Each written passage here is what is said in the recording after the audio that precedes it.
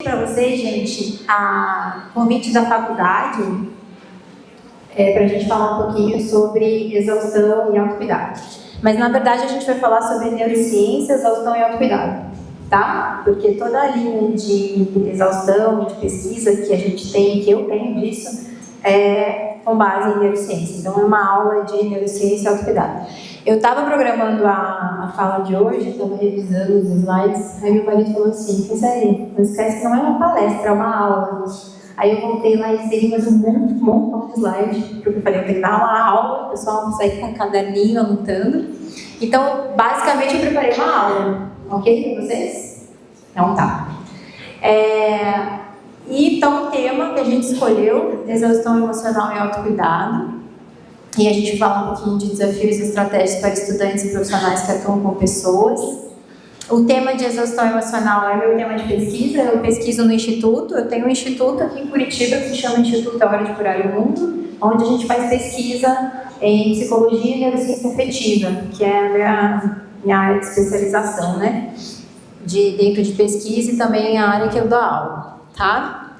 Então, o que eu vou falar para vocês hoje tem a ver com base nas pesquisas que a gente faz aqui. Hoje aqui em Curitiba, eu creio que nós somos o único instituto que é laboratório.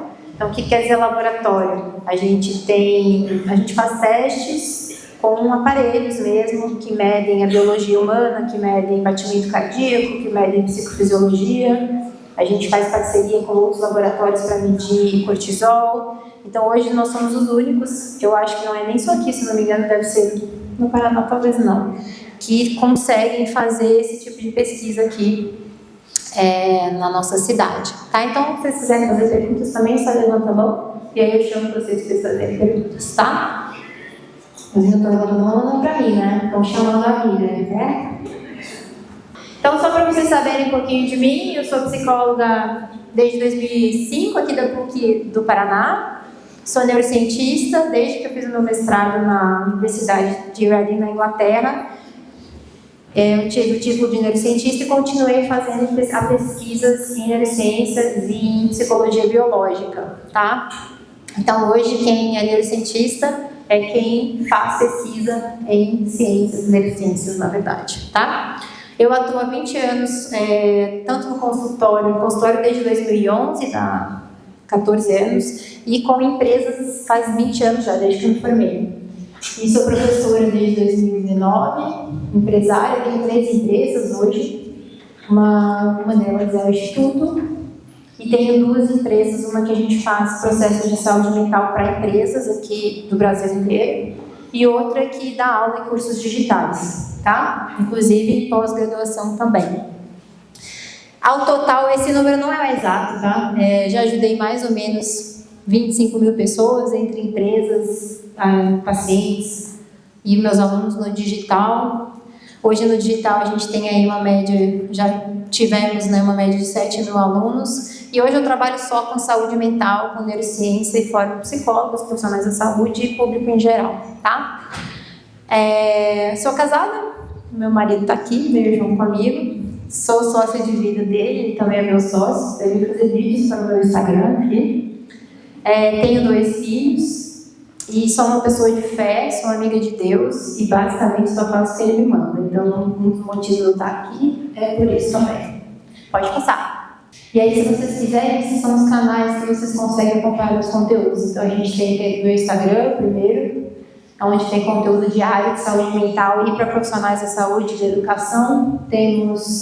No YouTube eu tenho lives semanais sobre o mesmo tema, onde tem um pouco mais explicativo, e o Instagram do Instituto é esse azulzinho aqui, tá? Ele tá meio capenga, mas sempre que a gente lembra, a gente atualiza ele com pesquisa. Quando tem pesquisa nova, a gente lança lá, porque a gente sempre precisa de voluntário para fazer pesquisa, tá? E vamos lá. Eu trouxe, pra gente começar a conversar, eu trouxe alguns dados de saúde mental da OMS, tá? Então, não sei se vocês têm acompanhado os dados de saúde mental da OMS, é uma tristeza acompanhar os dados de saúde mental da OMS, porque eles só pioram, eles não melhoram, né? Para o Brasil, pioram numa velocidade muito rápida. Então, a gente tem, os últimos dados da OMS, que 9,3% da população brasileira vive hoje com transtorno de ansiedade. mais de 18 milhões de pessoas. 5,8 com depressão, equivalente a mais ou menos 12 milhões de brasileiros, e 42% da população relata estresse elevado no dia a dia, que são números absurdamente altos, né? Quando a gente fala de saúde mental no Brasil e no mundo, o Brasil está entre os países entre os piores índices de saúde mental, está apenas atrás do Reino Unido. Eu fiz meu mestrado no Reino Unido e faço meu doutorado lá também.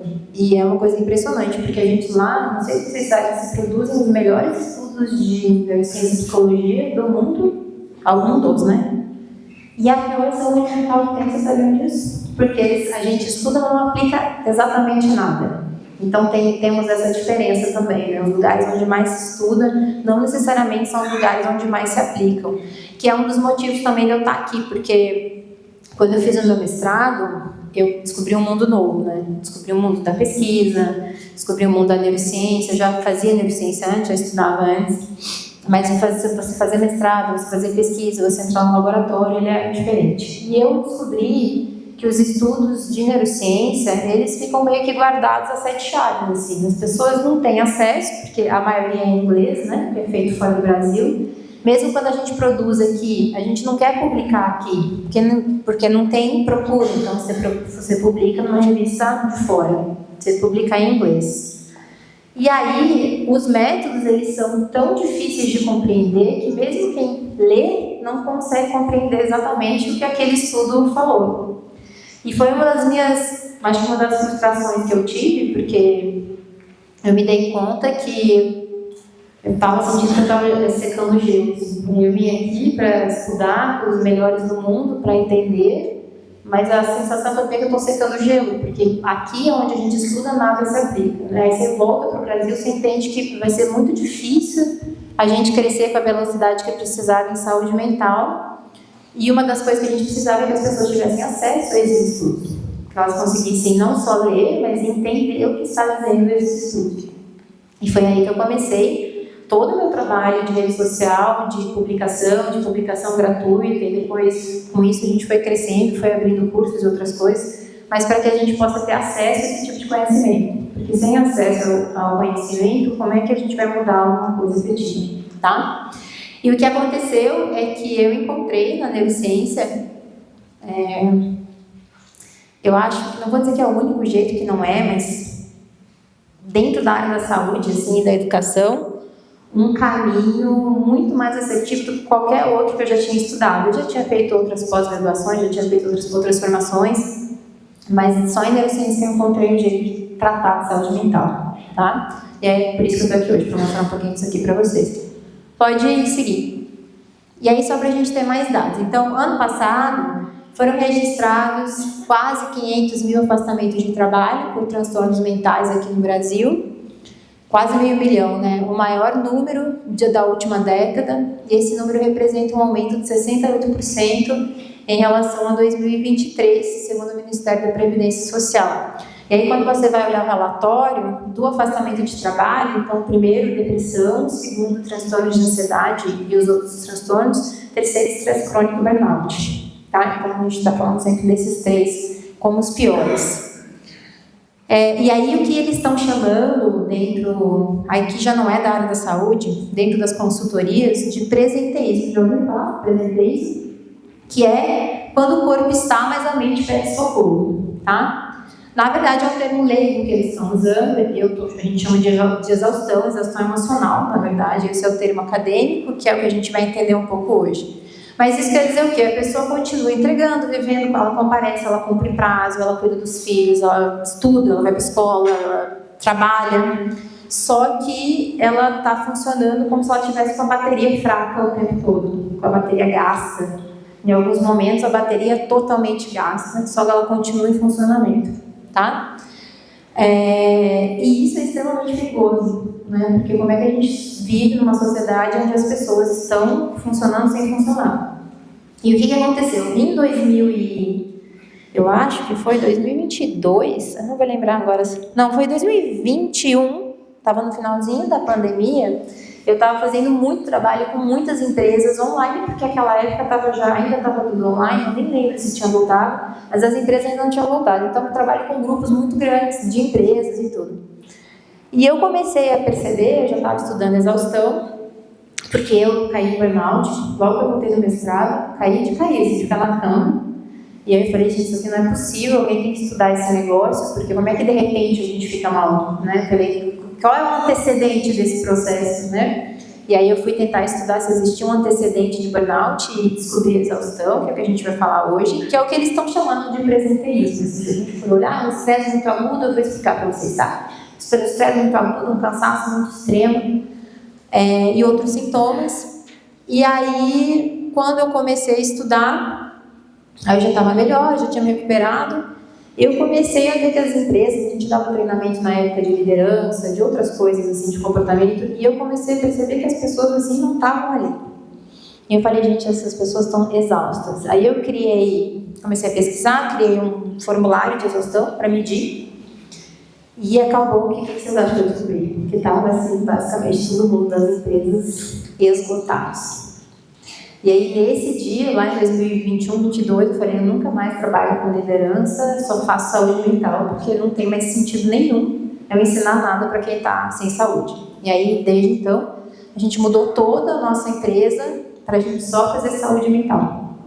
Tá? É isso, pode passar. Então, para a gente entender um pouquinho sobre cérebro, saúde mental, esgotamento, a gente precisa entender um pouquinho o que constitui saúde mental cerebral, tá? Primeiro, você sabe por que a gente tem que estudar o COI? Sobre aquele número de 4 milhões de pessoas, tem uma noção de quantas faziam terapia ou algum tipo de acompanhamento? Eu acho que do relatório eu não lembro de ter lido esse dado. Então pode ser que eu não tenha lido, tá? Mas eu não lembro de ter lido esse dado, de se alguém fazia acompanhamento ou não, tá bom? Mas seria uma boa pergunta, né? A gente queria se estava se tratando ou não estava se tratando. Mas esse relatório é até fácil de você achar, depois eu posso mandar para o pessoal aqui, ele está no site da Previdência Social. O relatório é até bem bom para vocês terem, tá? Porque ele tem vários gráficos interessantes ali, que eu acho interessante a gente ter. E a gente vai falar de uma das causas, assim, que eles colocaram, eu vou falar de uma das causas que não é só do relatório deles, mas por que a gente está tão estressado, tão esgotado aqui no país, tá? Bom, para a gente entender um pouquinho de processo cerebral, por que quando a gente fala em esgotamento, saúde mental, a gente precisa entender de cérebro? Então, vocês imaginem assim, ó, que existe uma coisa que controla vocês 24 horas por dia. Agora, vocês estão sob controle desta coisa. Quando você dorme, você está sob o controle dessa coisa. Ela define o que você pensa, ela define o que você sente, ela define se você faz alguma coisa ou não, uma quantidade de comida que você come. Ela define tudo. Não seria importante saber sobre essa coisa? E o que é essa coisa? O cérebro, né? Então, o cérebro é o grande presidente da nossa vida, no sentido de que ele opera. Então, mesmo para processos espirituais, mesmo para processos de fé, o cérebro está operando esse processo. Então, o cérebro precisa estar bem para a gente conseguir processar tudo que a gente precisa processar. E a gente não estuda o cérebro hoje nas faculdades de saúde mental aqui no Brasil. Por quê? Porque a gente não tem pesquisa aqui no Brasil, então não tem profissionais aqui no Brasil, então não tem quem ensine isso aqui nas faculdades. Fora a questão do currículo, da base curricular, né, tudo isso. E nem na medicina, não é só na psicologia, não é só na educação, é inclusive na medicina. Então, assim, como é que a gente está num país com tanto problema de saúde mental sem entender o órgão principal que está causando ou mantendo as doenças mentais? Aí a gente já começa a ver o porquê que a gente, muitas vezes, tem muito conhecimento, mas o conhecimento que a gente tem não é suficiente para tratar das pessoas. Quem aqui já sentiu isso? Seja no que vocês, seja com vocês, como alunos, né, seja como profissionais. Eu estudo muito, tenho muito conhecimento, mas ele não é suficiente para ajudar algumas ou a grande maioria das pessoas. Alguém já sentiu isso? Ou até a mim mesmo? Levanta a mão quem já teve essa sensação, só para a gente ter uma ideia. Então essa foi a sensação que me levou a estudar, tá? Porque esse conhecimento, muitos deles, não é total, está no entendimento do cérebro. Então, quem é o cérebro, tá? O cérebro é uma máquina que opera, como eu falei para vocês, nosso corpo e nosso cérebro, nossa mente 24 horas por dia e que dá os comandos do que a gente precisa fazer. Nosso cérebro, ele nasce pequenininho, assim, do tamanho de um bebezinho. Eu vi que tem um bebezinho aqui na plateia, né? Então, ele nasce do tamanho daquele bebezinho e ele nasce com a estrutura certinha, só que ele não nasce totalmente maduro. Ele vai maturar com 25 anos de idade. Quem aqui ainda não tem 25 anos de idade? Então ainda dá tempo. Não, sempre dá tempo, tá? Mas até os 25, a possibilidade da gente modificar é muito maior, porque ele ainda está amadurecendo, crescendo, tá? Eu falo pro meu marido assim, a gente tem que ficar legal antes de chegar nos 60. Que horror isso, né? Tem 43, tá? Mas por quê? Porque eu estudo o cérebro, eu falo, depois a gente muda, mas demora mais. Então, se a gente quiser ser legal, a gente tem que investir no dia de hoje, né? Mas eu acho que vai ser muito difícil, porque tem coisas que a gente não vai conseguir mudar assim agora, com a idade que a gente tem. Mas por que eu estou dizendo isso? Porque o cérebro ele cresce até os 25 anos de idade. Então, tudo que acontece na nossa vida até os 25 anos de idade vai moldar como ele vai crescer. Ele vai moldar as experiências com pessoas sociais, ele vai mudar a experiência com a comida, ele vai mudar a experiência com a saúde, com a doença, ele vai moldar as decisões que a pessoa vai fazer, vai mudar como a pessoa vai se enxergar na vida, de acordo com o que foi acontecendo ao longo desses 25 anos, tá? E eu vou mostrar o que impacta esse crescimento para vocês aqui hoje, vocês vão entender. E a grande questão é que se eu cresço sem entender o que faz mal para o meu cérebro, como é que eu vou saber se eu estou nutrindo ele de coisa boa ou de coisa ruim? A gente não tem muito como saber. Se eu não sei, por exemplo, que café faz mal, eu vejo o pessoal tomando café, fica de uma inveja, que eu adoro café. Mas se eu não sei que café faz mal até 6 horas antes de dormir, e esse café vai influenciar o desenvolvimento do meu cérebro, eu estou tomando café. É uma coisa que a gente adora, é tirar meu café, né? Então, assim, de coisas pequenas como um café, que a gente vai entendendo por conta de experimentos, até a relação com os meus pais, até a relação com os professores, até a minha relação com o mundo, a quantidade de horas que a gente dorme, a quantidade de natureza que a gente tem, tudo isso, o nosso valor socioeconômico, onde nós moramos, tudo isso influencia em como esse cérebro vai conseguir se nutrir de saúde ou ter uma predisposição para doença, tá? A gente tem dados hoje no Brasil que 9% da população está com ansiedade, mas 6% com depressão. Esses dias eu fui fazer as contas, gente, porque quem faz psicologia vai me entender. Quando você vai estudar psicopatologia, você fala assim, 5% está doença, 3% está doença. Quando você junta tudo, quanto dá? Dá 100%. Não sobra. Eu falei, como é que sobra? Então, assim, se a gente juntasse 5, 10, 15, 20, 30, 40 de estresse, eu não sei te dizer o quanto que sobra de pessoas completamente estáveis emocionalmente, com saúde total. Saúde mental, tá? Eu não sei nem se essa conta não dá mais que 100. Alguém já fez essa conta? Porque se você vai pegando o DSM-5, que é o livro de psicopatologias, e eles vão de 0 a 6%, né? 0 a 5% de incidência, é uma conta astronômica. Então, assim, por que está acontecendo que a gente está aumentando a doença ao invés de aumentar a saúde, se a gente está gerando mais conhecimento? Cada vez a gente está aprendendo mais. Se a gente tem internet hoje que nos possibilita ter conhecimentos, aulas, coisas que a gente nunca teve na nossa vida, porque a gente tem essa velocidade, o que é que a gente está fazendo de tão errado?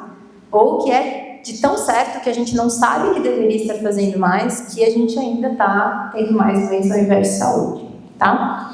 E aí tem algumas coisas, então, que a gente já sabe. Isso é muito novo, novo que eu digo de 5 anos atrás, 5 anos para cá, que impactam a saúde do cérebro em qualquer idade. Só que pensem assim, enquanto ele ainda está crescendo, impacta mais. Porque enquanto o cérebro cresce, ele vai se desenvolvendo, as nossas sinapses, tudo bem falar sinapses? As sinapses que esse cérebro vai fazendo para se desenvolver e uma área conversar com a outra, elas vão tendo informações em relação ao estilo de vida que eu estou vivendo, ok? Então, se eu vivo um estilo de vida que vai fazer mal para o meu cérebro enquanto ele se desenvolve, ele se forma com aquela informação. Você funciona assim. A sua tendência é funcionar desse jeito. tá? E aí, para a gente modificar, é sempre possível, mas é muito mais difícil, porque ele maturou daquele jeito. Então, é a mesma coisa de quem, não sei quem gosta aqui de jardim. Jardim fala da nossa idade, né? Eu agora gosto de jardim, então, talvez as pessoas ainda, os jovens não gostam de jardim, mas quem conhece, quem já viu um jardim, não sei se vocês viram ou se gostaram. Gosta de jardim? Quantos anos você tem? Então tá bom, tá entrando, né? Essa começa, 35. Então, quando a gente planta um jardim, você, dependendo do solo que você põe, ele cresce bom ou ruim, por mais que a semente seja muito boa. E demora para crescer, né? Eu lá em casa, por exemplo, agora plantei o jardim ano passado, tá crescendo só agora que tá florindo.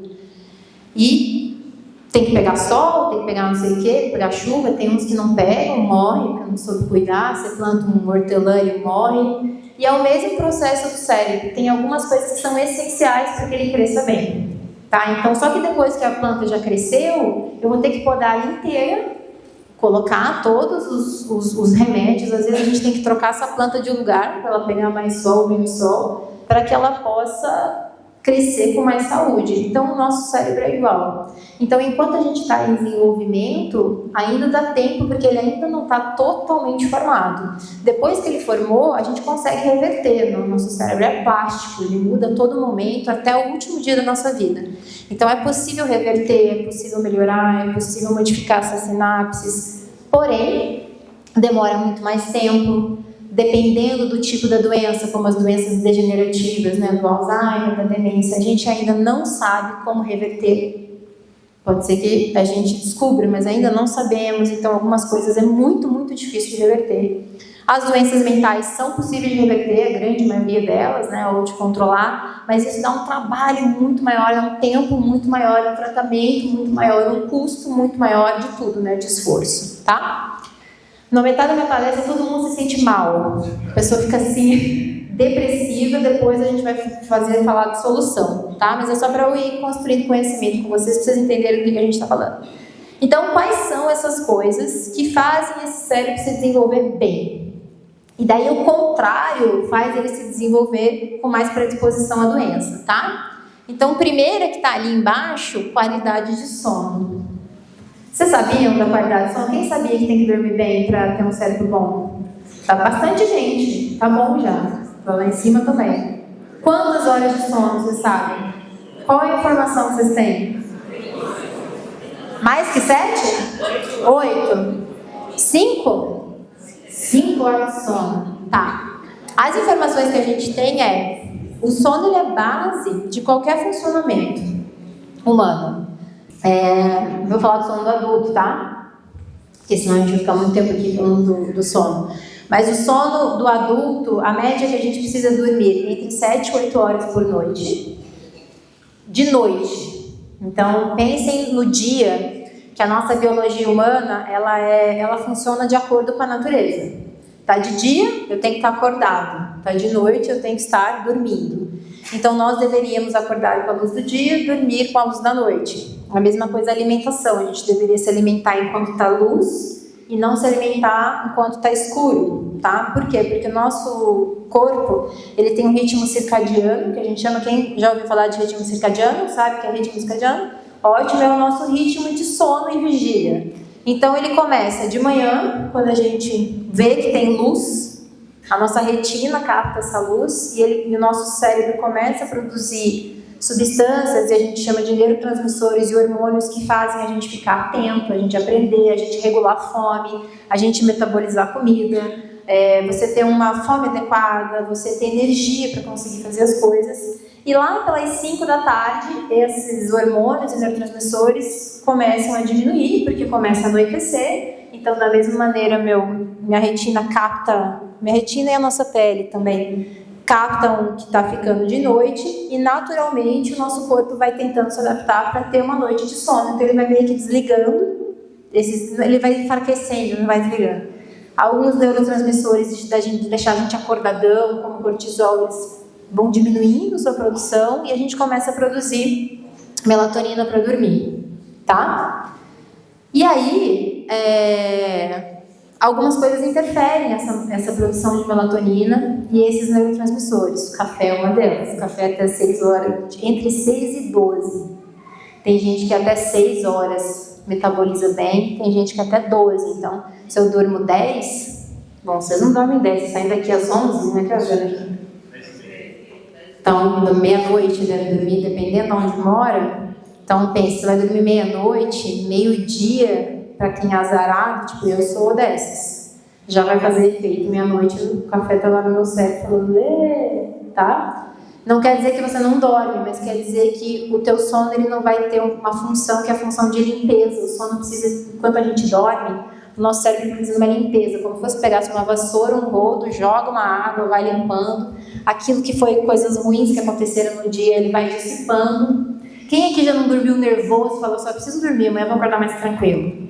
É porque o cérebro tem essa função, ele vai limpando as coisas que aconteceram no dia, ele vai limpando o nosso organismo, então, nosso intestino, ele vai fazendo um detox natural, tudo isso para que a gente fique no outro dia bem desperto e volte a funcionar.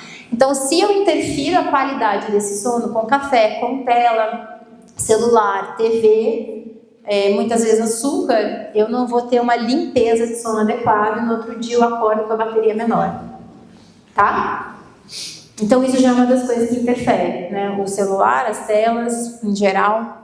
O café, dependendo da pessoa, hora para hora, e o açúcar são coisas que a gente sabe que interferem. E a outra coisa é não pegar a luz do dia de manhã, porque se eu não pego, o primeiro sinal, meu cérebro já não teve de que é de dia. Então, ele não regula todos esses eixos que eu falei para vocês, tá? Bom, quem acha que está dentro do dormir bem? Levanta a mão, vamos ver os sortudos. Pouquíssimo. Não vou nem perguntar quem acha que está dentro do dormir não. Qual é o pior de vocês? Telas ou café?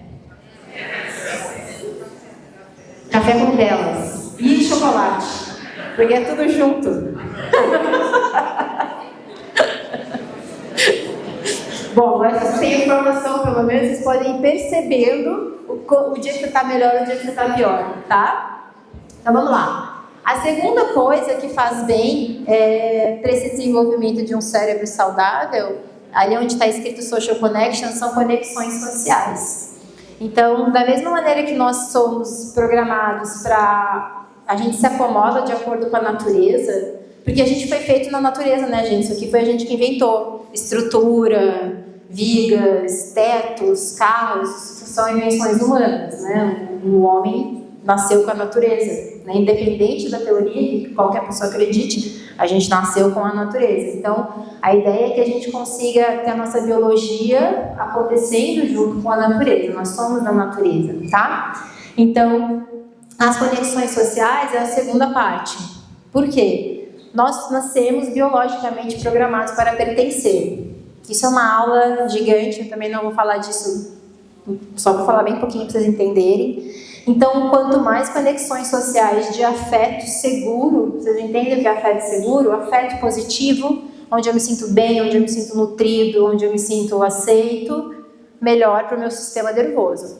Menos desenvolvimento de saúde e doenças mentais. Quanto pior para o meu sistema nervoso. Tá? Em qualquer idade, mas lembrando que tudo que acontece até os 25 vai ter um impacto maior na nossa vida. Então, por exemplo, se até os seus 25, ou vamos só pegar a primeira infância, até os seus 6 anos de idade, você teve relações fortes, nutridas, de respeito, de afeto, e aqui a gente tem que abrir um parênteses, porque eu me formei há 20 anos atrás, a faculdade me ensinava uma coisa, eu acho que algumas ainda ensinam, outras ainda não, baseado em teorias de que o que é respeito e afeto. Então, não envolve castigo, não envolve grito, não envolve intransigência, também não envolve deixar de fazer tudo, porque a gente confunde muito essas coisas, tá? Envolve eu entender como é que você funciona, eu entender como é que eu funciono, e a gente tentando ter a relação mais afetuosa e respeitosa possível dentro das suas capacidades, no caso a criança, e dentro das minhas capacidades, no caso o adulto, tá? Isso também daria aí uma outra aula para a gente falar, mas só para a gente entender, quando a gente fala das pesquisas, o que a gente está falando de uma relação socialmente nutritiva e afetuosa, isso daí. Então, esse processo faz com que... Por que eu estava falando antes? Por que eu falei isso daí? Vocês estão prestando atenção? Nós somos socialmente nascidos para pertencer, por isso que eu estava falando. Ó, ela tá com o caderno, eu vou perguntar para ela toda vez que eu me perder. Tá? Então, estava dando exemplo da criança. Então, vamos supor que até os 6 anos eu tive isso. Então, o meu cérebro já foi criando, na principal fase da minha vida de criar afeto, uma experiência, um repertório de que eu sou amado, sou existente, pertenço, tá? Se logo depois dos 6 anos eu não tenho isso, eu ainda tendo a conseguir aguentar mais firme, porque eu tive experiências na minha primeira infância que me possibilitaram ter a certeza de que eu sou amado e nutrido de afeto. Então eu vou sentir, por exemplo, se até 6 anos eu tenho esse tipo de nutrição e cuidado, e aos 7 algo aconteceu, eu não tenho mais, se você me tratar de um jeito diferente, eu vou saber, isso aqui não está certo. Não está certo, esse ambiente tóxico ou muito restritivo, ele não é correto. Então a gente começa a ter esse repertório. Mas é claro, depois que, se a pessoa ficou até os 6 ali, depois ela fica obrigada a viver num ambiente que aconteceu qualquer coisa, mais 6 anos ainda está em cérebro de movimento, acaba que ela cede ao ambiente. A gente cede ao ambiente, tá? Nós nos moldamos através do ambiente. Mas se você teve até os 25, a possibilidade de você conseguir buscar relações saudáveis é muito maior. Porque você vai identificar quando elas não são com mais facilidade, tá? Inclusive, prevenção de abuso moral, todos os tipos de abuso que vocês podem saber. Então, conexões sociais saudáveis. Pergunto, quem de vocês acha que tem, vocês acham melhor não perguntar? Não vou perguntar assim, quem acha que tem? Essa é a porcentagem mesmo, tá? Poucas pessoas. Que bom para quem tem, mas às vezes não mostra o tanto de trabalho que a gente tem, né, como profissionais. Bom, 3. Dieta. Tudo que nós comemos interfere no funcionamento cerebral. Vocês sabiam disso? Acho que já, né? Então, por quê? Temos conexão cérebro-intestino. Tudo que acontece no nosso intestino produz neurotransmissores que são usados pelo nosso corpo. Alguns vão até o nosso cérebro. Mas o nosso corpo também precisa ter nutrientes para que ele consiga produzir nutrientes para o cérebro. O cérebro funciona, gente, com açúcar e gordura, basicamente é isso. Isso não quer dizer que a gente tem que ficar comendo açúcar e gordura, né? Porque o nosso organismo metaboliza as coisas para levar esse funcionamento para o nosso cérebro. Mas tudo que a gente come vai interferir. Então, se eu tenho uma dieta rica em produto industrializado, por exemplo, eu não vou ter o necessário para o meu intestino e para o meu cérebro produzirem o humor que eu preciso, a atenção que eu preciso, controle de impulso que eu preciso, tá? Então, isso também são estudos bem novos, assim, a gente está cada vez, inclusive, agora eu estou pesquisando nesse exato momento se o Alzheimer não é mais uma doença intestinal do que cerebral, por exemplo, se esse problema não está nessas bactérias do intestino. Não tem nada comprovado, mas só para vocês saberem até onde a gente está estudando isso, tá? Como a gente tem também muitos estudos de mudanças de dieta para pessoas com transtorno de personalidade. Você sabe o que é transtorno de esquizofrenia? Todo mundo sabe o que é esquizofrenia. Que é dificílimo de tratar, muito difícil, né? A pessoa que fica bem, ela fica sobre o uso de medicamento. E aí a gente já tem fora do Brasil, então, alguns protocolos de dieta que entra em remissão total de sintomas de esquizofrenia, só com alimentação. Já parar para pensar, é uma coisa muito impressionante, né? Mas ainda são estudos novos, com poucas pessoas, então assim, a gente ainda não pode dizer, todo mundo que tem, se mudar vai melhorar, não funciona assim, tá? Mas a dieta é algo importante, então quer dizer o quê? Comer comida de volta, é o que vem da natureza, comida de verdade, tá? Quem acha que tem essa dieta? Um pouco mais de gente, estão melhorando, né? Pelo menos estão sob o nosso controle. Mas que é difícil, ainda mais para quem é estudante. Eu, quando era estudante, não tinha, só comia miojo. Às vezes eu almoçava na minha mãe, aí comia melhor, mas se não, era miojo, pão. E essa dieta faz mal para o cérebro. Mas é importante a gente saber, né? Porque vocês imaginem daí a criança, o adolescente, o estudante que se desenvolve, seja por questões socioeconômicas, seja por questões de vida, comendo essa dieta, ele vai ter um cérebro que vai se desenvolver para menos e não para mais. Cognitivamente, ele vai ter mais dificuldade, ele vai ter mais desatenção, mais impulsividade, mais tudo, mais cansaço, tá? A quarta coisa é movimento. Nós fomos feitos para praticar atividade física. Não somos feitos para ficar sentados. Existe até uma última revisão que foi feita. Sabe a quantidade de tempo que a gente tem que ficar de pé por dia para ter mais saúde? Quem chuta aí? 6 horas por dia, no mínimo. De pé. Eu falo assim, tá vendo? Eu falei que vocês vão se sentir mal. Não saiam, esperem, tá? Vai melhorar. 6 horas. Eu confesso que quando eu vi essa pesquisa, eu também comecei a ficar mais de pé, porque a gente vai se acostumando a ficar sentado, né? Então, e não é só ficar de pé e sentado, é fazer atividade física. Então, também, atividade física diária, hoje é tratamento protocolar para qualquer doença mental. Qualquer doença mental. E o mínimo para doença mental é de 30 minutos por dia. E para longevidade é 1h30. 1h30 não, é 300 minutos por semana. Aumentou, vocês sabiam? Antes era 150, agora é 300 minutos por semana, tá? Bom, quem faz movimento desse tanto? É o mesmo pessoal que come bem? Não? Alguma coisa eu vou balanceando, né? Tá bom. Depois a gente vai para o propósito de vida, significado. A gente já sabe hoje que as pessoas que têm um propósito de vida, um significado do que eu estou fazendo aqui, elas têm mais predisposição a ter esperança e têm mais predisposição a regular as emoções. Então, são pessoas que conseguem ter, por conta disso, melhores decisões de vida, tá? Porque achou o seu propósito, porque segue esse propósito. Sabe, quem tem o propósito de vida definido aqui? Levanta a mão. Ótimo, já aumentou. E o último, gerenciamento de estresse. Como a gente gerencia o estresse vai influenciar desde o primeiro dia de vida do neném. O neném não é ele que faz, é a mãe e o pai, né, que gerenciam o estresse por ele. Como agora. Agora você tem que abraçar o neném. E aí a gente vai dando repertório para o neném e para a criança para que eles entendam como que ele vai gerenciar o estresse quando ele entra num processo estressado. Mas o gerenciamento de estresse, vocês sabiam hoje que o estresse alto é o número 1 desencadeador de doença mental? Inclusive de depressão. Então começa o que tem mais gatilhado? Alto estresse crônico, tá? E é por isso que eu estudo isso.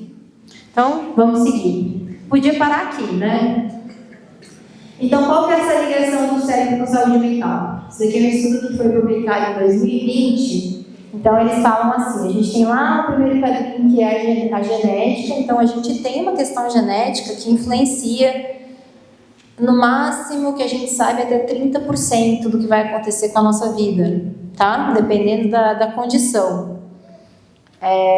Então, por exemplo, se seus pais têm depressão ou algum tipo de doença mental, a gente possivelmente carrega uma genética. A mesma coisa para neurodesenvolvimento, né? Transtornos para o TEA, para o autismo, para o TDAH e para altas habilidades. Não são todos os casos, mas tem um componente genético muito alto nesses casos, tá? E aí a gente tem, fora a genética, todo aquele quadrante ali que foi o que eu expliquei para vocês agora, tá? Que vai influenciar no desenvolvimento desse cérebro para dizer se ele vai ter mais predisposição de doença ou mais predisposição de saúde. Então, você veja que é exatamente o que a gente falou ali. E aí a gente tem uma coisa a mais, que é o cuidado materno, tá? Aquela mãe amamentando o neném ali. E a questão aqui de threat, que eles estão ali embaixo, aquele menininho ali isolado, é o estresse social, rejeição, bullying. Então, na infância, conta como estresse social. Imigração entrou também, preconceito, que entra aqui também nessa lista, tá? Ok, pode movimentar. Então, você precisa conhecer como que teu cérebro está funcionando e como que teu corpo está funcionando para que você possa, pelo menos, fazer escolhas dentro daquilo que é possível fazer. Tanto você, quanto seus pacientes, quanto seus alunos, quanto as pessoas que você vai ajudar, tá? E aí vejam o mesmo quadro visto de um outro ângulo, tá bom? Então, só volta ali um pouquinho. Há um tempo atrás, tinha aqueles negócios ainda tem, né? Aqueles cursos de coach. Quem já fez? Não. No curso de coach, eles ensinam a fazer o mapa da vida, que é como está a sua vida. Que na verdade a gente deveria usar na área da psicologia, da saúde, e na nossa vida. Isso daqui, gente, eu faço comigo, sei lá, uma vez por mês, amor, eu faço aqui. Até meu filho já sabe de cor. Lá vai a mãe desenhar a vida dela, pra ver o que está acontecendo, né? Porque eu tenho estresse todo mês. Aí eu tenho que avaliar o que está acontecendo. Então esse mapa, na verdade, que a gente precisa entender o que está acontecendo, é um mapa do que faz bem e o que faz mal. Então o quanto de movimento eu estou tendo, o quanto de uma dieta adequada, o quanto de um estilo de vida, de natureza, acordar cedo, dormir no horário eu estou tendo, uma alimentação adequada, interações sociais adequadas, para que eu consiga, no mínimo, nutrir meu cérebro, para que eu fique bem, para que eu aprenda bem, para que eu tenha um bom humor, para que eu não fique muito mal, para que eu não fique irritado o tempo todo. Então essa avaliação é uma avaliação que a gente teria que fazer sempre. Tá?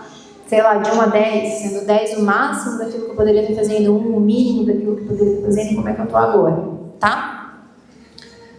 Se vocês quiserem, já podem fazer de vocês aí, para vocês entenderem, porque aí a gente começa a ter escolhas, tá? Então, aonde que eu vou poder atuar? Não posso em tudo, às vezes a gente não consegue em tudo, né? Mas o que está dentro do meu controle que eu vou conseguir fazer para melhorar, quem sabe, um pouco a capacidade do meu cérebro de produzir o que ele precisa produzir para me deixar bem. Que na verdade é disso que a gente está falando. Isso daqui é para o cérebro ter condições. Então vocês imaginem uma casa sendo construída, onde você vai fazer a fundação com tijolo, com cimento, tá? E eu estou colocando um tijolo velho, molhado, e estou colocando um cimento de má qualidade. Essa casa não vai durar para as tempestades. Tá? É a mesma coisa com o nosso cérebro, só que isso daqui é o tijolo, isso daqui é o cimento. Tá bom? Então, às vezes, a gente não tá bem, tá cansado, começa a desenvolver uma patologia. O que está acontecendo? Possivelmente, algo ou alguns estão acontecendo na minha vida que me desandou. E o caminho de volta é o mesmo do que o caminho de ida, só que ao contrário. Essa é a boa notícia. Qual é o caminho de ida? De volta é o mesmo do que me trouxe, eu vou retroceder e possivelmente vou conseguir melhorar. Tá? Então, o processo é o mesmo. É por isso que a gente fica estudando isso incessantemente, para entender como é que melhora, como é que piora, como é que melhora, como é que piora. Oi? O lifestyle são hábitos de vida. Então, é o acordar cedo, dormir o tanto de tempo que você precisa, fazer atividade física, todos os hábitos que você tem. O que parece uma carne é o intestino, o que você come, a saúde do seu intestino, tá? E lá é interações sociais com aquelas pessoas, tá? Aqui também é o que você come de volta. Porque lá ele está falando de como que o intestino está nutrido, inclusive de estresse, tá? Aí a gente teria que ter aulas de intestino, mas eu acho que isso pra gente já é suficiente, tá? Então, assim, você come bem, você tem um bom humor, você come mal, você tem um humor ruim. E tem vontade de comer mais mal ainda, porque esse é um negócio, a relação do nosso corpo com a comida, ela é essa, tá? Pode passar. Tá, então, agora eu vou falar sobre o que eu vim falar. Por favor, eu tenho tempo ainda. Não sei nem que oração acabou, não falei sobre o que eu vim falar. Mas, basicamente, gente, quando a gente entende só isso, a gente entende, tá por isso que eu tô cansado. Não é? Você fala, tô fazendo tudo na metade, tudo para menos da metade. Como que não vai cansar? E tem uma questão que, às vezes, a gente está em momentos da vida que a gente não consegue regular nenhuma dessas coisas. O que a gente faz, né? Para onde que a gente vai? E são nesses momentos que a gente piora ao invés de melhorar, porque um cérebro desregulado, isso é uma coisa que vocês têm que entender. Uma vez que o cérebro desregula, então vamos supor que você já está desregulado. Ele não vai regular sozinho. Por quê? Porque ele começa a pegar caminhos de tomada de decisão baseado no mau funcionamento e não num bom funcionamento. Então pensem assim, uma pessoa que está funcionando mal, a tendência dela é agora eu vou funcionar bem ou não, eu vou fazer mais escolhas que eu estou funcionando mal porque eu não sei fazer escolhas de funcionar bem. Qual que você acha que é a tendência nossa natural? É continuar mal ou é ficar bem?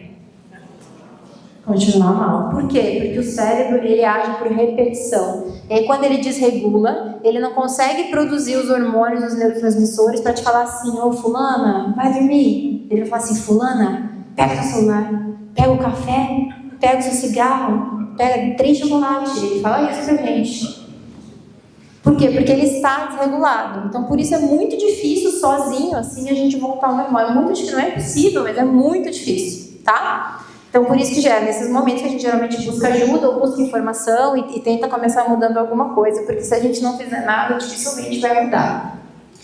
E aí a gente entende a diferença, então, de estresse, exaustão, burnout e doenças mentais. Então, vamos pensar que o estresse, que é o primeiro, a gente precisa o estresse ele vem do cortisol, todo mundo sabe do cortisol, o cortisol é o hormônio do estresse, e ele é produzido aqui, ó, na nossa cintura, nas adrenais, tem 2 glândulas adrenais aqui, que o cérebro manda um recado dizendo assim, ó, precisa funcionar, tem alguma coisa acontecendo, vai um relatório, tem um ônibus para pegar, vai perder não sei o quê, e aí ele envia esse sinal de neurotransmissores, que só existem pelo que você comeu e pela quantidade de tempo que você dormiu.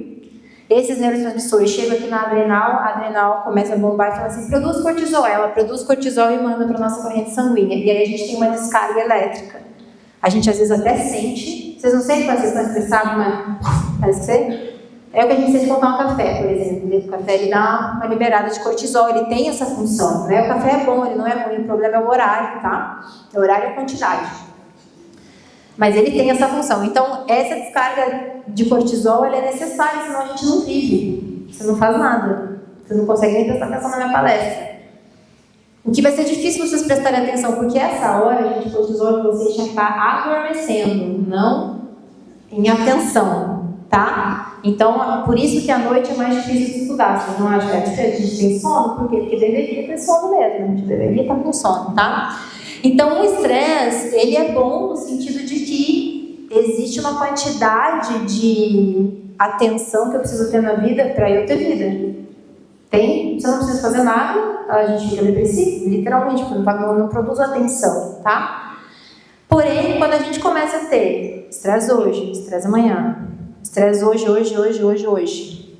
Amanhã, 5 vezes estresse. Depois da manhã, 10 vezes estresse. E qualquer estresse, desde o ônibus que você tem que pegar e perdeu, dá tempo, até as crianças que estão dentro de casa, até o relatório que não conseguiu entregar, até a pessoa que você gosta que não te retornou a ligação. Então, tanto estresse social quanto estresse da vida, de atividade, eles vão liberando muito cortisol.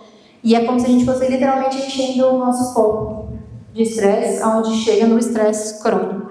Então, o estresse crônico já é doença, tá? Mas a gente não chama de doença. Então, às vezes, a gente já chega... Quem já foi no médico, o médico falou que você está estressado? Não tem nada, você está estresse. Alguém já teve essa situação? A pessoa faz assim... Com esses dados que vocês me disseram, todo mundo quase, né? A gente já deveria... Mas o estresse, ele não é doença, ele não está no livro das doenças, o estresse crônico, mas ele é o principal causador das doenças. Essa é a minha briga, assim, por que a gente não está tratando o estresse crônico como doença, se ele causa as doenças? Então, quanto tempo de estresse crônico vocês acham que a gente aguenta? Pensa na vida de vocês. Quanto tempo de muito estresse vocês já aguentaram bem, assim? Não tem esse dado. Não tem. Porque depende individualmente das pessoas. Só que, a partir de 1 mês de estresse crônico, o teu corpo começa a pifar. Tá? O que é o corpo começa a pifar? Todas aquelas construções de neurotransmissores começam a pifar e a gente começa a fazer escolhas ruins. Já perceberam isso? Que quando a gente está estressado, a gente dorme menos, a gente come pior, a gente não se movimenta. Por quê? Porque o cérebro, gente, ele é egoísta. Já ouviram falar desse conceito de cérebro egoísta? Qual é a função do cérebro? Fazer você sobreviver. Você está vivo. Só que para você estar vivo, a gente gasta muita energia, o cérebro gasta energia, a gente gasta calorias, o cérebro gasta 25% das calorias que a gente gasta no dia, é mental, cerebral. Então, quando você manda um aviso, tem algo acontecendo aqui, está muito estressante, isso gasta muita glicose. Para produzir o cortisol, a gente produz muita glicose. Por isso que pessoas estressadas começam a desenvolver sintomas de pré-diabetes. Porque vai produzir glicose junto com o cortisol. Então, ele produz muita glicose. E aí, começa a gastar energia. E aí, o cérebro, ele faz o quê? Ele fala, não, a gente precisa economizar isso aqui. Tem alguma coisa ruim acontecendo. Então, ele economiza áreas do cérebro, como a tua atenção, como a calma, como a parcimônia. Porque são áreas que demandam muita energia. Já tentaram se regular quando vocês estão muito nervosos? Você vai na reunião, você está com muita raiva, você tenta se regular, fica cansado, se você não sente assim, fica cansado, porque gasta energia. Então, ele economiza, ele faz assim com essas áreas, você vai parar de funcionar, porque a gente está com um problema aqui maior para resolver. Tem alguma coisa acontecendo aqui com essa pessoa, que é o estresse da nossa cabeça, ou da vida. Então, ele economiza todo o resto. E ele vai produzindo como se você tivesse em estresse 24 horas por dia, entendem? E é por isso que a gente não faz boas escolhas, porque o cérebro, a gente chama de shutdown, ele silencia as outras áreas. Tá? Tá. Ele continua estressado, só que ele não tem mais energia para funcionar, porém ele ainda funciona. Então, assim, você já não tem aquele pico de estresse, você está sempre no meia boca de, eu estou aqui. Funciona, mas funciona com mais dificuldade, tá? Esse é onde a gente chama de exaustão. E aí, muito tempo de exaustão, algumas pessoas vão desenvolver o burnout, outras vão desenvolver doenças mentais, como a depressão, como essas que a gente viu aqui, e outras vão ficar em exaustão. Por quê? A gente não sabe, tem gente que permanece em exaustão. Quantos anos? Gente, quem acha aqui que pode estar em exaustão, levanta a mão. Ninguém vai me contar, pode ser só assim. Eu vou fazer o teste com vocês, não precisa me contar, mas só para vocês terem ideia, entende? É muita gente. Pode alguém levantar a mão? Oi. Raiva é consequência para algumas pessoas, nem todo mundo. A definição de estresse é alerta. Quando o teu corpo está em alerta. Essa é a definição de estresse. Aí muito alerta, muito estresse, tá? Que tipo de alerta? Qualquer alerta. Você precisa de muita atenção. Então, como é seu nome? Gilbert, por exemplo, você está assim e fala, Gilbert, alerta. Entendeu? Aí se eu fico gritando, Gilbert, 5 minutos, você vai produzir cortisol em 5 minutos. Porque você vai continuar em alerta, alguma coisa aconteceu, alguma coisa. Então isso é o estresse, tá? Agora você imagine você assim, vamos supor, 20 vezes ao dia. Só que não é sempre o outro, né? Às vezes ele está na nossa cabeça, fala, Gilbert, pega esse negócio. Então, esse também é um estresse, ele também é interno, não é só quando alguma coisa acontece, necessariamente. Aliás, hoje, a maioria do estresse é interno, né? A gente que começa, lembrei de alguma coisa, já estou desregulado, dormi mal, a gente fica mais estressado ainda, então, geralmente, hoje em dia, a gente tem mais interno que externo, tá? Então, esse daqui é o caminho, tá? Pode passar. Meu Deus, que quadro complicado para explicar, mas isso daqui é o estresse no nosso quadro. Na verdade, o que esse quadro está explicando é a reação luto-fuga, que vocês vão aprender em algum momento, se já não aprenderam, que é ou a gente tem o estresse psicológico, ou a gente tem o estresse físico. Por exemplo, fui na academia, malhei, doeu de malhar. Isso também é um estresse, também deixa o seu corpo alerta, também produz um pouquinho de cortisol, tá? Ou você tem que sair correndo de alguém, por exemplo, tá? É um estresse físico com psicológico, tá? E aí você vai ter uma reação ao estresse, que é essa que eu falei, a gente produz cortisol, produz outras coisas também, tá? Mas eu vou deixar o cortisol, a gente acessa o eixo HPA, então hipotálamo, pituitária, adrenal. A adrenal produz cortisol, joga na corrente sanguínea, a corrente sanguínea começa a funcionar de acordo com uma pessoa muito estressada, e quanto mais disso a gente tem por dia, pior. Vamos falar em números. Quem aqui acha que tem menos de 10 estressores por dia? Levanta a mão. Menos de 10. Pouca gente, hein? Mais entre 10 e 20 estressores por dia. Mais de 20. Tá faltando gente? Vocês estão com preguiça de levantar a mão? Mais de 30, então. Não, mais de 20 é mais de tudo. Mais de 20. Menos de 5? Menos de 5. Menos de 5 é menos de 10. Olha você, menos de 5. 1, 2, tá? Então vamos pensar que o nosso cérebro ele é programado para lidar com 2 estressores ao mesmo tempo. 2. Dependendo da intensidade, um só. E aí a gente tem 10. O que vocês acham que vai acontecer?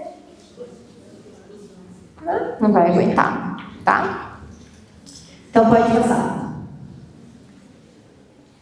E essas são as áreas que eu falei para vocês, então, do cérebro. Esse aqui é um desenho de um cérebro cortado assim, ó. De lado, pela metade. Dentro do cérebro a gente tem todo o sistema límbico, que é o nosso sistema de processamento das emoções, e é onde se inicia o processamento de estresse, tá? Então a gente tem lá essa parte aqui, o córtex pré-frontal, que visualiza algo, que vê algo, que às vezes pega alguma memória de que algo está ruim, ele vai acionar todo esse eixo interno aqui e vai mandar para o nosso corpo via o nosso nervo vago aqui, toda a nossa sinalização de estresse que vai e volta, tá? Então, quando a gente fica estressado, por exemplo, a gente tem vontade de fazer xixi, nossa pupila dilata, nosso coração acelera, a gente sua mais, mesmo que a gente não identifique que está suando, o nosso intestino para.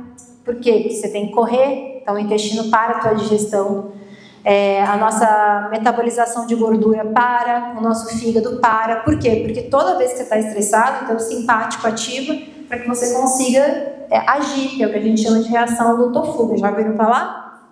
Isso é a reação luto-fuga, tá? Então imaginem pessoas que estão o tempo todo estressadas, elas vão ter problema intestinal, problema gástrico, vão ter dificuldade de perder peso, o cortisol da barriga, tá? Exatamente por causa desse processo, a pessoa retém gordura na barriga, na região abdominal. Você não consegue dormir bem, e aí você vai fazer o quê? Se seu cérebro esgotou tudo, ele vai querer comer o quê? Uma salada ou um bolo de chocolate? Salada, claro, né? Cheia assim de cenoura, né? Um bolo de chocolate, vai tomar alguma coisa ele vai querer fazer para quê? Para repor ou para aliviar. Por quê? Porque algumas comidas, bebidas alcoólicas, algumas medicações, as redes sociais, alguns tipos de tela, eles liberam dopamina e essa dopamina alivia as tensões do cortisol, ela diminui momentaneamente. Por que a gente quer o tempo todo? Porque aí volta aquilo que a gente não resolveu, a gente vai lá e mais um pedaço de bolo. Mais um pedaço de bolo, ou qualquer outra coisa que a gente use, tá? Então é meio que um ciclo vicioso esse processo. Pode mudar. E aí, esse é o nervo vago. Então, vocês conseguem ver a animação?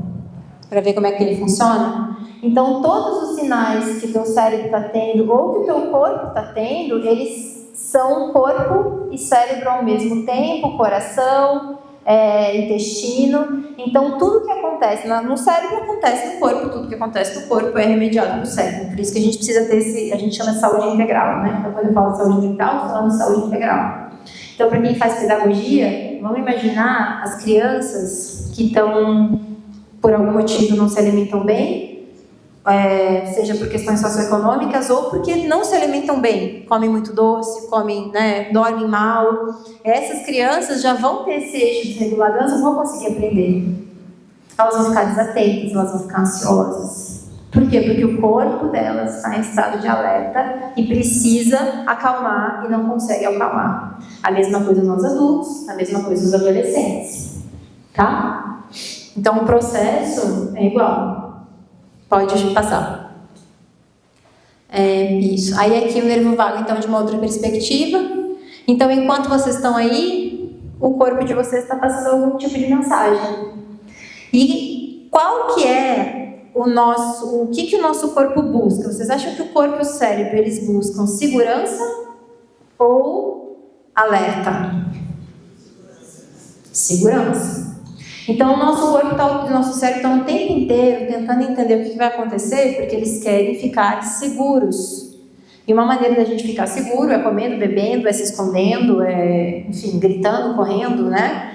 Então, o tempo todo, o corpo de vocês e o cérebro... Por exemplo, agora vocês estão olhando para mim e o cérebro de vocês está tentando identificar. Será que essa moça está falando a verdade? É mentira? Será que isso é segurança? Será que isso é alerta? Será que ela vai fazer eu me sentir bem? Então, a gente vai fazendo isso mesmo que a gente não queira, porque o nosso cérebro é programado para nos deixar seguros. Mesmo que o seguro seja ruim. Por exemplo, se o meu cérebro é programado para me deixar seguro e eu tive um dia muito estressante, eu fiquei muito cansado, e aí eu vou chegar em casa, e aí eu vou falar assim, não, eu cheguei em casa, tive um dia ruim, eu preciso fazer uma atividade física, comer uma salada, né? Só que eu não estou acostumada a fazer isso, eu acho horrível, porque é horrível, né? Você chegar em casa à noite, com a salada, fazer atividade física. A gente quer comer o quê? Um bolo, um macarrão, pegar uma coberta, deitar. Por quê? Porque isso dá sensação de segurança, mais dopaminérgico, entendeu?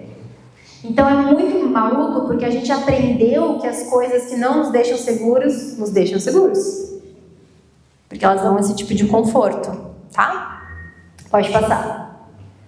E aqui só para vocês verem uma imagem de um cérebro real, essa é uma imagem de ressonância magnética, de um cérebro estressado desse lado aqui e não estressado desse lado aqui. Então essas áreas em vermelho são as áreas que ativam para conseguir tomar decisão, tá? Então vejam que um cérebro não estressado, ele não gasta tanta energia, ele está ativando ali algo. Isso aqui era uma atividade de decisão de cores, tá? Então ele estava ativando a área de decisão de cores, que são as áreas que têm que ser ativadas, enquanto o cérebro está estressado, ele ativa toda essa parte aqui, que é uma parte de dificuldade de controle motor, de controle de impulso, ele não consegue nem definir as cores certas, ele tem mais erro, só porque ele está estressado, tá? Isso acontece com a gente o tempo todo. Imagina pro restante das decisões, né, que a gente vai tomar na nossa vida. Pode passar. Pode passar também. Bom, trouxe um teste, querem fazer? Não precisa me contar. Esse é o teste que eu desenvolvi, que é o teste de exaustão emocional, que é naquele terceiro quadrante que eu mostrei para vocês. Então a gente tinha estresse crônico, exaustão. Se vocês quiserem responder, é longo, senão vocês só vão tirando foto e vão respondendo. Mas as respostas ficam entre 1 e 5. Então nunca, uma vez por semana, que é poucas vezes, 2 ou mais vezes por semana, com certa frequência, mais de 3 vezes por semana e todos os dias, tá? E aí, vão responder aí para vocês. Então, sinto-me esgotado ao final do dia de atividades, tenho estado mais irritado. Isso aqui são sintomas, então vocês já podem usar para vocês, para os outros, tá? Tenho estado mais irritado com coisas que não ficava antes. Estou cansado, eu sinto cansaço físico muito intenso no final do dia de trabalho ou de estudo, né? Tenho tido esquecimento de pequenas coisas do dia a dia. Tenho tido preocupação repetida em coisas específicas. Por exemplo, a gente chama de estado de ruminação. A gente fica pensando no problema várias vezes, mesmo que ele seja pequeno, mesmo que ele seja grande, não consegue sair, fica pensando, tá? Tenho percebido, tá errado ali, mais tristeza durante a noite. Sinto sono quase o dia todo, pode passar. Tenho falta de energia para atividade física. Penso que a rotina de hoje é puxada, não tenho como mudar. Busco por compras, jogos ou comportamentos mais prazerosos, ou TV com mais frequência do que eu costumo buscar. Então a gente começa a perceber que você tem que chegar em casa, você tem que fazer aquilo, você está sempre ali, né, naquela compulsão. Eu tenho mais vontade de fazer coisas, mas tenho pouca energia para fazer essas coisas. Tenho sensação de fraqueza muscular, tenho tido dores nas costas e no pescoço. Tenho percebido atenção hiperfocada em atividades específicas. A gente fica até, é o mesmo do pensamento repetitivo, aquele hiperfoco assim que a gente chama. Pode ir. Eu não consigo prestar atenção no que as pessoas dizem como antes. Se perde no pensamento. Eu não tenho energia para interagir com pessoas ou filhos. Acaba a energia social. Você até queria, mas não consegue. Eu tenho ideias, mas não tenho energia para fazer as coisas novas. Eu penso que não tem como minha rotina ficar mais leve.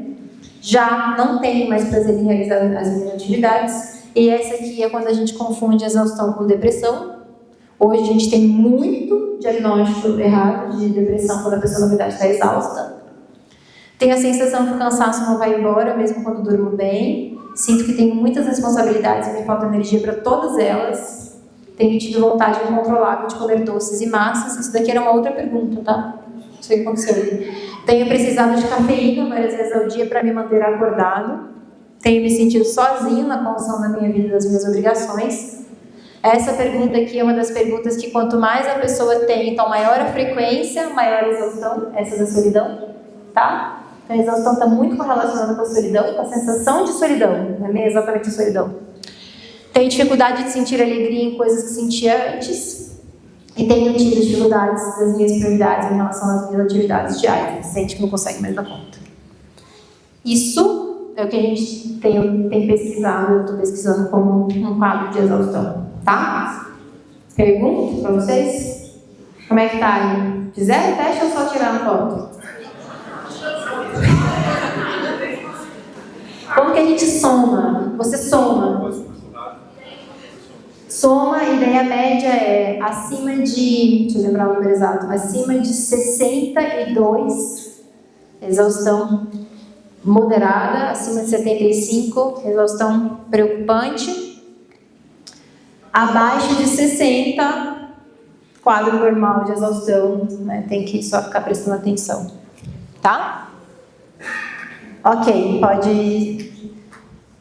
Bom, entendemos então. Esses sintomas estão muito distantes da vida das pessoas? Vocês acham que... Não, né? Estão quase muito próximos até demais, tá? Bom, por que nós nos sentimos assim? Uma das primeiras coisas, que é uma notícia boa, é a nossa dificuldade de regular a emoção, que é a minha segunda área de pesquisa, tá? Meu doutorado é sobre isso. Por que temos dificuldade de regular a emoção? Porque a gente não aprendeu a regular a emoção. Então, qual é uma maneira que a grande maioria das pessoas que têm estresse e exaustão regulam a emoção? Suprimindo. Você sabe o que é suprimindo? A gente finge que não está sentindo. Então, como que a gente manda alguém suprimir no laboratório? A gente passa uma cena horrorosa para a pessoa assistir, aquelas horrorosas assim mesmo, que a gente vê, dá um mal-estar, e a gente fala assim, finge que não está sentindo nada, eu não posso saber pela sua cara. E aí a pessoa tem que ficar assim, tentando não sentir, porque como o corpo fala tudo, eu acabei de mostrar para vocês, quando a gente tenta não sentir, a gente suprime. Então é como se você não estivesse permitindo e está tentando segurar. Isso é uma forma que a gente chama de regulação não adaptativa. O que quer dizer isso? Ela não produz saúde, tá? De vez em quando você vai fazer. Então, por exemplo, você conhece uma pessoa, a pessoa grita com você no meio da rua, às vezes você escolhe, não vou reagir, né? Então, ok, aí eu suprimo, vou embora, não tem problema, tá? Mas suprimir é não adaptativo e é um dos motivos que a gente entra em estresse crônico. Porque a gente fica segurando o processo emocional, tá? Pode passar. Pode passar? Isso daí é um cérebro estressado, pode passar. Ok? Passa que eu já falei dos sintomas aí. E beleza. E os outros fatores? Então, primeiro, falta de regulação das emoções, fatores socioeconômicos, estabilidade do país, do país, poder aquisitivo, cultura de trabalho, quantidade de demanda. Então, a gente, de fato, está tendo que fazer muita coisa com menos recurso. E os hábitos que eu falei para vocês agora. Então, tudo que eu falei para vocês agora causa mais estresse, mais exaustão, mas um dos problemas é a gente não conseguir manejar as nossas emoções. Porque o que acontece? As coisas vão acontecendo, eu já não estou tendo bons hábitos, e aí eu fico nervoso, eu fico chateado, eu fico triste, não lido com isso, engulo, e aí eu vou fazer o quê? Comer um bolinho de chocolate, tomar um gole de cerveja, fazer mais não sei o quê. E aí de volta, então meu cérebro já não está produzindo o que precisa. Fico chateado, fico estressado, não lido com isso, comer um de chocolate. E isso vai fazendo com que o nosso cérebro cause mais doenças que saúde, tá? Pode passar. Ai, chegou no que fazer, misericórdia. Vamos entender o que fazer. Então, pelas minhas pesquisas, gente, tem 4 coisas que a gente pode fazer. Tanto para prevenir, quanto para tratar, tá? Primeiro, prática de regulação emocional e autoconhecimento emocional. O que quer dizer isso? Eu preciso entender quando eu estou triste, cansado, feliz, irritado, com raiva, frustrado, me sentindo que eu não sou capaz. Eu preciso entender isso. Então, quem é meu aluno já sabe. Esse é o primeiro passo de qualquer processo terapêutico, de qualquer treinamento de regulação, de inteligência emocional quando é que eu sinto as emoções que eu sinto. E a gente sente todo dia. Então, assim, se você não percebe todo dia, você não percebe, tá? A gente sente todo dia.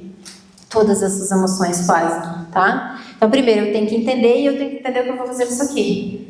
Uma das estratégias, então a gente tem técnicas tanto de respiração, que elas acalmam o sistema nervoso, elas acalmam o corpo. A gente tem técnicas de relaxamento corporal mesmo, de você esticar a tua musculatura. Quem já fez uma aula de alongamento, a gente sai com a cabeça melhor, né? Porque estica a musculatura e essa musculatura esticada manda neurotransmissores para o cérebro dizendo que você está em segurança. Então é uma maneira de regular a emoção que substitui, por exemplo, o bolo de chocolate, ou a cerveja, ou qualquer outra coisa que você vai até o celular. Respirar devagar, então você inspira Respira. E isso já dá um sinal para o sistema nervoso de calma. E aí a gente tem várias técnicas de regulação emocional, tá? Tem técnicas de mente mesmo, de você reprogramar o que você está pensando, e tem técnicas corporais. A segunda, mudança de rotina, tá? Como é que eu mudo minha rotina? Como é que eu mudo pelo menos o meu sono? Alguma das coisas que eu falei para vocês, o café, se a gente chata, que eu tô vendo a gente chata o dia inteiro, tem como ficar vendo pelo menos um pouco sem, se é isso que está me estressando, se é meu trabalho, a gente não sabe, né? Então, como é que eu mudo o que está sob o meu controle de mudar para que eu não fique o tempo todo em alarme? E aí, quanto mais em alarme, mais eu vou ter que anestesiar. Terceiro, como é que eu substituo as anestesias por hábitos saudáveis? Então, como é que eu entendo que o dia que eu tive muito cansaço, muito estresse, por mais que eu queira chegar em casa, ver TV, ficar no celular, tomar um café e comer chocolate, isso vai me fazer muito mal no outro dia. E aí a gente vai começando a conseguir substituir, mas assim, é na força, não é na vontade, a gente tem que substituir na força, e aos poucos a gente vai conseguindo melhorar. Muitas vezes isso aqui precisa de um planejamento, então assim, vou dizer como é que eu faço para vocês, tá? Porque eu sou igual a todo mundo, eu estudo isso, eu trato isso muitas pessoas, mas a gente é tudo igual. Então na semana que eu tenho muito trabalho, muita entrega, muita coisa das crianças, muita coisa, eu já sei que eu vou ficar muito estressada e muito estimulada. Então a gente brinca lá em casa que a gente faz treinamento de atleta. É como se fosse uma preparação de atleta. Sabe semana de prova que vocês têm, semana de muita coisa? Então o que quer dizer isso? Eu já planejo o que a gente vai almoçar, o que vai ter na geladeira quando chegar em casa. Eu odeio acordar cedo, acordo um pouquinho mais cedo, faço as práticas de respiração, tento fazer nem que seja 10 minutos de atividade física, porque às vezes você não tem tempo. Por exemplo, hoje eu não tive tempo. Eu fiz 20 minutos para sobreviver, não é porque eu gosto. Então, você vai planejando, inclusive nas piores semanas que você vai ter, para que você não chegue no final dessa semana estraçalhado. E aí você fica cada vez mais cansado. Então é esse tipo de substituição, ela é bem consciente, tá? Só que se a gente não planeja, a gente não faz. E o quarto, avaliação do cenário, né? Como é que eu avalio o que eu estou vivendo? Eu estou vivendo em um ambiente bom ou estou vivendo em um ambiente ruim? Quais são os ambientes que estão me tirando de mim mesmo? E em cima disso, a gente pode e deve procurar ajuda para tentar modificar. Porque, de volta, nós não somos programados para viver em ambientes que te deixam em alerta o tempo todo. Não somos. Não somos. Mas não somos. Não existe nenhuma evidência na ciência dizendo que somos. Não somos. Somos programados para ter segurança social. As pessoas não deveriam nos causar medo. Ninguém. E essa é a informação que a gente tem. Então a gente precisa entender, porque quem aprendeu isso na vida? Quem de vocês acha que na vida aprendeu que você não é certo que você tenha medo das pessoas que você convive? Quem acha que aprendeu isso? Pouquíssimas pessoas. Eu não aprendi isso, por exemplo. Eu tenho que ficar o tempo todo lembrando para mim mesma. A gente estava vindo aqui para cá e falou assim, nossa, agora eu estava pensando nisso, tem que lembrar de volta. Por quê? Porque meu cérebro ficou muitos anos sem saber. Então, vejam, se eu não aprendi, eu vou ter que estar o tempo inteiro consciente, porque senão de volta estou lá eu sofrendo. Entendeu? E me permite, eu não gosto dessa palavra me permitir, tá? Porque quando a gente estuda ciência, a gente vê que a gente não se permitiu. As coisas foram acontecendo porque eu não tinha outro tipo de história. Mas pelo menos agora eu consigo entender, é por isso que eu não estou bem. Então, o negócio para de ser um pouco mágico, assim, ou será que é isso? Não, é por isso, tá? Pode passar. Então, nas minhas pesquisas, eu desenvolvi um protocolo que trabalha esses 4 pontos, que eu mostrei para vocês agora. É um protocolo de 5 semanas, que a gente faz encontros semanais, um encontro por semana, e a pessoa vai aprendendo a regular as emoções, depois a mudar hábito, a mudar estilo de vida, a pessoa vai aprendendo a fazer isso. As pessoas que começaram com um cortisol mais alto e que mais praticaram essas práticas, mais de 4 vezes por semana, são as que mais melhoraram. Ou seja, quanto mais eu faço aquilo que me faz bem, mais eu vou melhorar. Quanto menos eu faço, então vejo que quem fez uma vez por semana, melhorou, mas melhorou muito pouco. Eles melhoraram no questionário. Exaustão melhorou, tudo melhorou. mas no corpo não melhorou. Ou seja, eu melhorei, mas eu acho que não melhorei. Não, eu acho que melhorei, mas eu não melhorei. Ou talvez eu precisasse de mais tempo para fazer. Tem gente que precisa de mais tempo para fazer, tá? Mas dos dados que eu tenho é isso. Então, o cortisol, que a gente tira o cortisol de manhãzinha, é um negócio que a pessoa mastiga, ela acorda já com cortisol menor. Ou seja, o corpo dela já não está mais em alerta depois de 5 semanas, porque ela foi praticando esses processos. Pode passar. Na nossa pesquisa também, pode passar. Outros dados que a gente teve de neurociência aqui do Instituto, que foi a temperatura de pele. Então, lembra que eu falei para vocês que a gente fica com a temperatura um pouquinho mais elevada? A gente não percebe. Tem gente que percebe, tem gente que consegue perceber que está com a temperatura assim, está mais quente internamente. Tem gente que não, a gente percebe só no laboratório, que a gente mede e é uma coisa pequena. Só que a gente sabe que é o sistema simpático ativado. Então, as pessoas que começaram com maior temperatura foram as pessoas que mais diminuíram. Ou seja, quem estava mais exausto foi quem mais conseguiu ter melhora. Só com essas 4 coisas que eu falei para vocês, praticando 4 vezes por semana. Então, respirando 4 vezes por semana. Eu não trouxe o protocolo aqui inteiro, tá? Mudando os hábitos 4 vezes por semana, reavaliando as anestesias 4 vezes por semana. Veja que não é nem todo dia, né? A semana tem 7, pouco mais da metade da semana. E os batimentos cardíacos também estabilizaram, tá? Esses dados são dados geralmente que a gente faz pesquisa para ver se tem estresse ou não. Cortisol, temperatura corporal, batimento cardíaco, tá? Pode passar. E aí algumas técnicas para a gente terminar. Dessas técnicas que eu falei para vocês, tem as técnicas top-down, que são técnicas que a gente... Basicamente, elas são da TCC, da terapia cognitivo-comportamental. Quem conhece, acho que muita gente conhece. Que são técnicas que a gente fala assim, ó, eu tô nervoso, tô triste, tô angustiado, tô me sentindo que não vou conseguir fazer esse negócio, qualquer que seja a minha emoção. Eu reprogramo o meu estado de pensar. Não, eu tô nervoso, mas isso aqui é porque eu tô sempre nervoso, eu não preciso ficar nervoso, eu vou conseguir. A gente vai reprogramando, vai dando uma nova história para o pensamento. E essa história vai diminuindo o nosso estresse também naquele momento, fazendo com que eu não precise usar qualquer coisa depois para me sentir melhor, tá? Isso é um tipo de técnica, então dá para vocês começarem a fazer isso, tá? Que a gente conta novas histórias para o cérebro. Tem gente que tem mais facilidade de usar o pensamento, tá?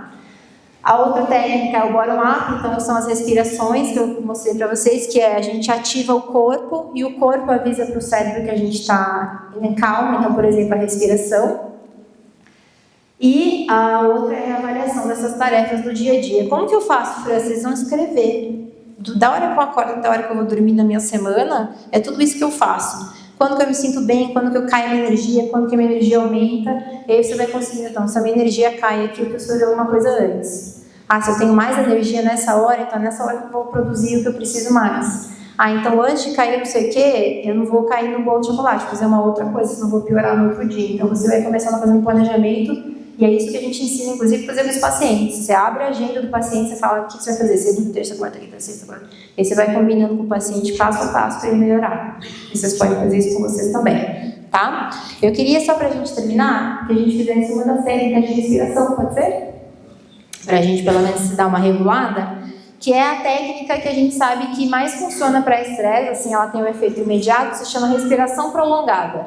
Ela é muito fácil de fazer. A gente vai inspirar pelo nariz e expirar pelo nariz. Só pelo nariz, tudo pelo nariz, tá?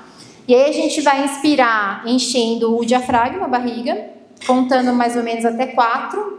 Então, vou mostrar para vocês a velocidade.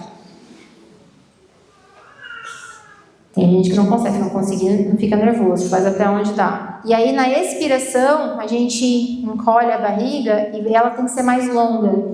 Então, se você inspirou até 4, a expiração, por exemplo, tem que ser até 6.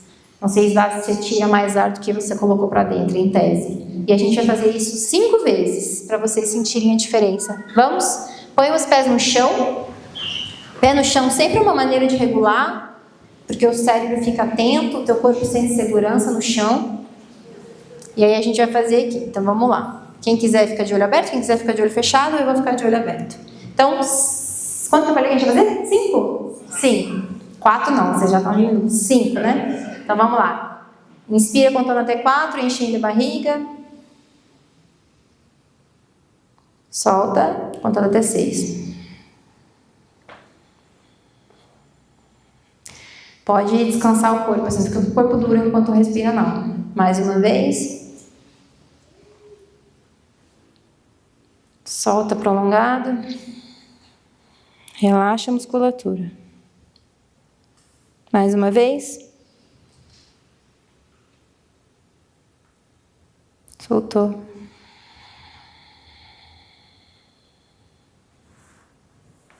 Mais uma vez.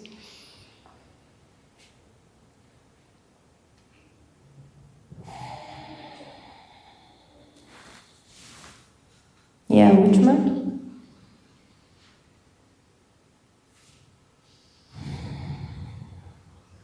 Pode dar uma sacudida no corpo só para não ficar travado. Ó, você sempre que viu que a minha voz também mudou o timbre? Só de fazer a respiração. Então isso aí vocês já podem usar. Vai usando, tá? Quantas vezes vocês precisarem no dia. Acordou, nem levanta da cama, já faz. Que aí a gente já vai setando aí o nosso organismo para funcionar um pouco melhor, tá? Acho que era isso. Deu cravado o meu tempo? Gente, muito obrigada. Não sei se vocês têm perguntas. Qual é o protocolo? O que a gente faz agora aqui? Fala, não sei também, né? Aí. Acho que uma salva de palmas, né?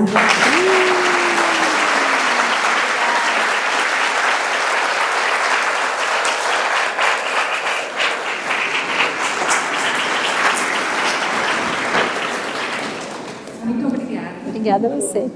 Não tem perguntas, nada. Acabou, tô liberado. Não sei se... Não, né? Querem fazer alguma pergunta? Talvez eu poderia liberar as duas, né? Mas senão vamos comer uma pizza, um bolo de chocolate agora, vamos saindo aqui. Acho que vamos aproveitar a oportunidade de talvez duas perguntas, pode ser? Acho que não tem. Temos perguntas ou não? Tem. Uma pessoa, quando ela está em crise de pânico, ela chegou no nível máximo de estresse? Boa pergunta, porque crise de pânico não tá ali, mas ela tá tão ruim que ela tá dentro do índice de ansiedade, tá? Sim, a crise de pânico, ela é um nível máximo de estresse. Ela é um estresse crônico em 5 segundos, vamos colocar assim, tá? Então, é interessante você entender que essa respiração que eu ensinei, por exemplo, ela serve para crise de pânico, tá? Mas aí, às vezes, a pessoa tem que fazer mais tempo e ela vai conseguindo acalmar o sistema simpático dela.